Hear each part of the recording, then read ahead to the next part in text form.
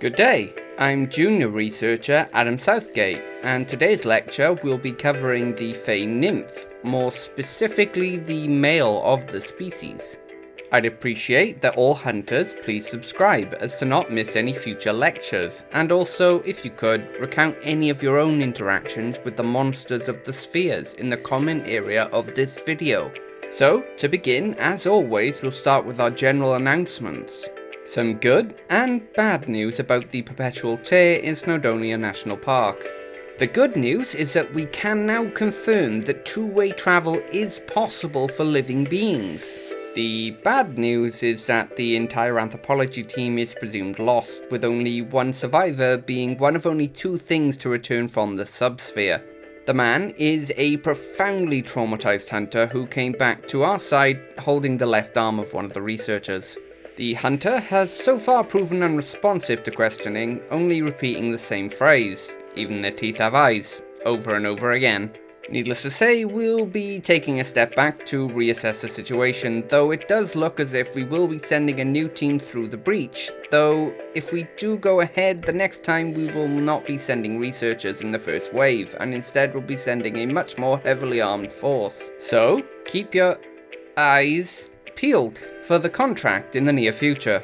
Lastly, we have a specialty contract available for dealing with a colony of recyclers. These creatures of undetermined sphere are highly dangerous and actively prey upon humans as they require our corpses for their reproduction. The colony is located somewhere in the vicinity of the town of Blackwood in Caerphilly County. We believe the colony to be particularly sizable due to the many disappearances from around the area in recent months. Sadly, the contract is further complicated by the existence of the countless disused coal mining tunnels that honeycomb the valley's area as a whole. The big worry is that as the colony grows in size and begins expanding their tunnels, they will eventually meet with the other abandoned mining tunnels. If the infestation goes unchecked for long enough, they will be able to reach almost every town across the wider valley's area. The infestation must be dealt with before it is able to become a much more impactful problem for all of South Wales. We require a 30-man team, not counting apprentices, who are welcome to accompany their masters of journeyman rank or higher. The operation will be in tight confined spaces underground, as such shotguns are recommended. If you are interested, please contact your local order office.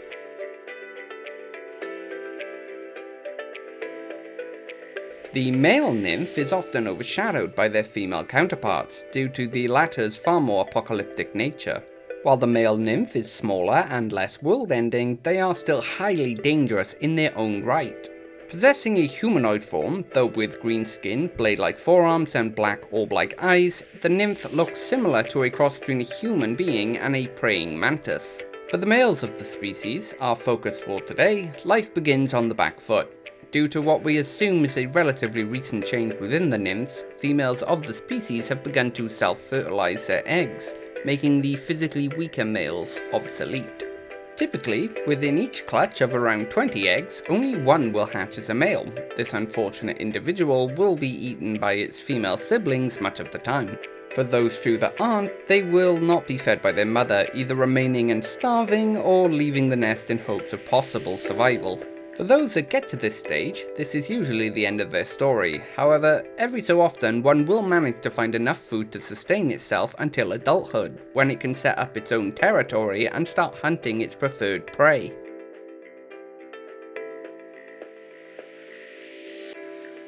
Nymphs possess two separate stomachs, a tangible stomach for digesting meat, and an intangible stomach, which we are far more unsure of, though we believe it somehow converts the emotions of others into a form of nourishment. An adult male nymph will mark out its territory early into its adulthood and will not leave this zone again. Typically, they are very fond of country lanes, with most territories containing at least 3 separate roads that could be referred to as lanes. The lanes themselves are perfect for the male nymph's hunting strategy, with the single-laned road walled in by dense bramble-filled hedgerows. The nymph will lay its trap at a point along the lane where all that can be seen is the road, the sky, and the hedgerow. Specifically, they want nothing outside of the lane to be visible. This is because they use their mild reality warping abilities to hunt. For the females of the species, this ability is only used to set up their grove, as they rely on their physical strength and potent pheromones to hunt. For the males, with their far weaker frames and lack of pheromones to bewitch, they must use their reality warping in a way that was not really ever intended.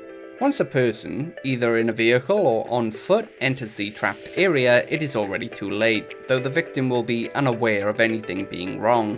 After about an hour of either driving or walking with no exit appearing on the road, the victim will usually become concerned. The reality the male nymph creates is an infinite road, bordered by impossibly thick hedgerows filled with razor-like thorns either side. The nymph will not enter this reality until their prey has either died of thirst or starved, depending on which stomach they wish to fill. If they wish to fill their tangible stomach, they will allow the victim to die of thirst after a few days. If they wish to fill their intangible stomach, they will include a small stream running parallel with and between the road and the hedgerow, as they want the victim to starve to death over the next few months, while they feed off the desperation, agony, and grief of the victim.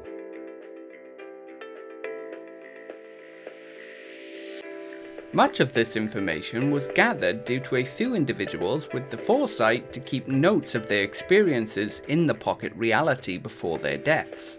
These notes were found along with what was left of their bodies after the nymph was done with them and had disposed of their body back within our world. I'm going to read for you the journal entries of one such individual, who will remain nameless. Entry 1. Okay, this is crazy. I've decided to write down everything that happens so that if I have gone insane, maybe it'll, well, I don't know, it just seems like the kind of thing you're supposed to do in this kind of a situation. I've been driving now for 4 hours. There's been no turn-off and no other cars, which in itself is bizarre. I don't think anyone in human history has driven through the lanes and not had a near miss from some twat going the other way too fast on a blind corner, though that's a point. There hasn't been any corners. The road has been perfectly straight the entire time. Entry 2. Okay, it's about 3 in the morning and the sun is still in the same place it was at 2 PM. This makes no bloody sense. I've been driving in a straight line for so long now, I should have entered the damn sea hours ago. What's worse is the quiet. I stepped out of my car to try to call out for help, and that's when I noticed it. There's nothing. You wouldn't think you'd notice something like that, but there's no wind, no bird song, no animals bleating, no sound whatsoever that doesn't come from me or my car. Entry 6. It's been 3 or 4 days, I'm not really sure. My phone died ages ago, and my car ran out of petrol after the first night, though that word's not really applicable. Thing is, my phone hasn't had signal since the beginning, but it felt comforting to know how long had passed.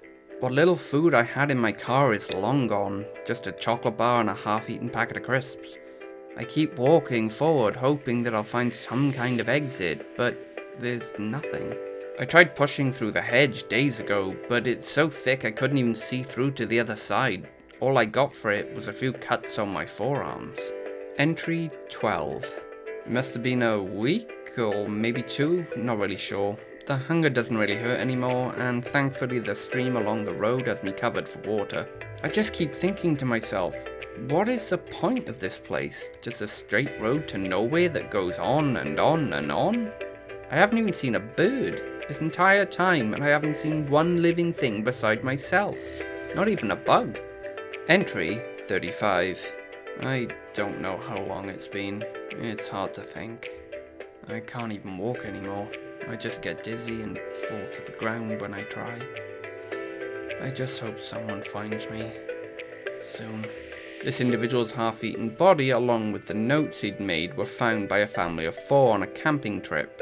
He was laying on the road about 5 meters away from his car. The car itself was completely drained of fuel.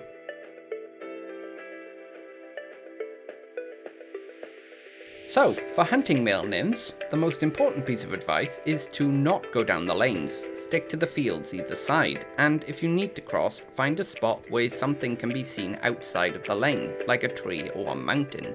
Landmarks are your friend, as the male nymph needs a point where all that can be seen is the lane to spring its trap.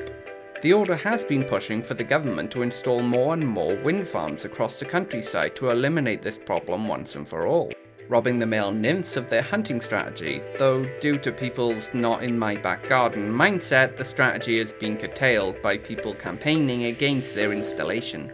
Thankfully, on the power scale of Fae, the male nymph is rather weak, being able to be taken down by simple cold iron weaponry. The trick is getting close enough without falling into their traps.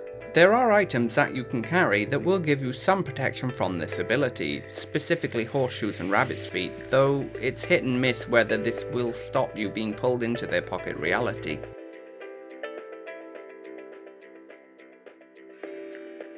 This is one of the more straightforward entities where if you understand how they work, you can more easily deal with them. Though that doesn't mean that you can underestimate them, as with all beings, there is quite a large amount of variation in behaviour. This is just the standard, so it always pays to take each and every threat as seriously as possible. But that will be all for today. With Arthur's might and Merlin's wisdom, thank you.